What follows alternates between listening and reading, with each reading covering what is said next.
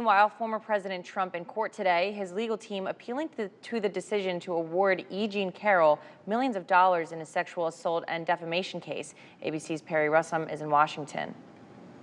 Today, former President Trump in a New York City courtroom appealing a $5 million decision from the court for sexually abusing and defaming columnist E. Jean Carroll. After a nearly 2-week trial, the jury found in Ms. Carroll's favor. At trial, we called 11 witnesses. In May, a jury found Trump liable for abusing the former Elle magazine columnist in the mid-90s and then defaming her. Trump calling her allegations a hoax and a lie. Trump denies all wrongdoing. It's very clear that there was error in the admission of the propensity evidence, so the Leeds testimony, the Stoynoff testimony, the Access Hollywood tape. It comes a day after Trump's legal team pleaded not guilty on his behalf in his revised election interference case in Washington, D.C. Both campaigns focusing on the ABC debate next Tuesday.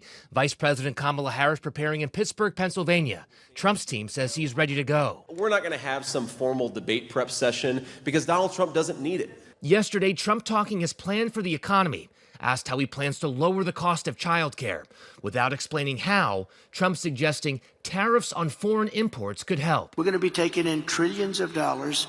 And as much as child care is talked about as being expensive, it's relatively speaking not very expensive compared to the kind of numbers we'll be taking in. Trump's running mate J.D. Vance asked the same question this week. Like grandma or grandpa wants to help out a little bit more. Or maybe there's an aunt or uncle that wants to help out a little bit more. If that happens, you relieve some of the pressure on all the resources that we're spending in daycare. On child care, Harris has said she wants to extend the child tax credit to $6,000 for families in the child's first year of life.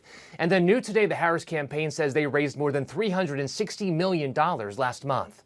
Perry Russum, ABC News, Washington.